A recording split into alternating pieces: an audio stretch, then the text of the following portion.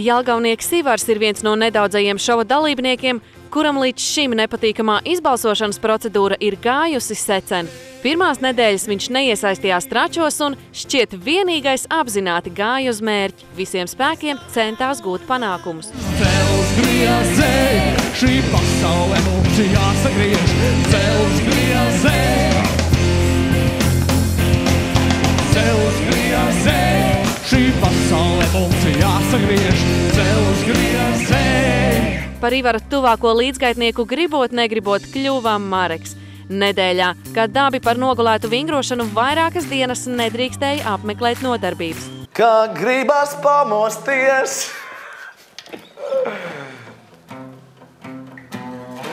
lai varam mācīties. Ironiski, bet tieši rīta vingrošana ļāva Ivaram piepildīt sapni. Viņš novadīja dalībniekiem treniņu un drīkstēja satikt savu labāko draugu suni Brendo. Ej, tu nost, cik forši. Kā man tev pietrūkst?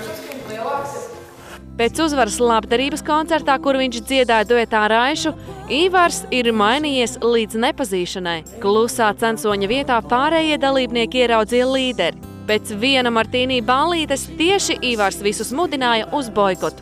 Ja 4 dalībniekiem pēc ieslēgšanās dušā liektas nodarbības, pie pedagogiem neies neviens. Visi kā viens uzņemamies šo atbildību. Mums jau jāpiespriež, lai viņi mums atkal var atļauj mācīties. Kad dalībnieki viens pēc otra vilka nost melnās drēbes un sprieda, ka mācīties tomēr gribētu, Ivars turējās līdz pēdējam. Ja mēs piekrītam visi, ja mēs kaut ko sarunājam, ja pēc tam maina kaut kādas... Pasaka, tomēr vecais, tomēr, nē, es neesmu ar jums. Es nevaru, Tad tas ir fail, vecais, saproti? Viss atgriezās vecajās sliedēs. Ivars kopā ar pārējiem atkal mācījās un gatavojās koncertiem. Tomēr atklāts palika jautājums, vai puisim nav deguns mākoņos. Jāuzmanās tie, kas dabū pirmās vietas. Vot, man arī liekas, ka tā... Tā jau muļķu strīpai toči. Muļķu strīpi toči nav sakāps galvā. Ivars ir izmainījies, kopš tu dabūji pirmo vietu, tu īstenībā esi izmainījies. Es arī par to man liekas, Ivars ir. Tu kādreiz biji kluss un mierīgs. Ivars ir ritīgi. Drošāks politiski kamēt priekšā. Bet es tikai saprotu, es domāju, ka deguns gaisā vairāk izpauž tad, ka tu vairs nepieņem kaut kādu paškritiku.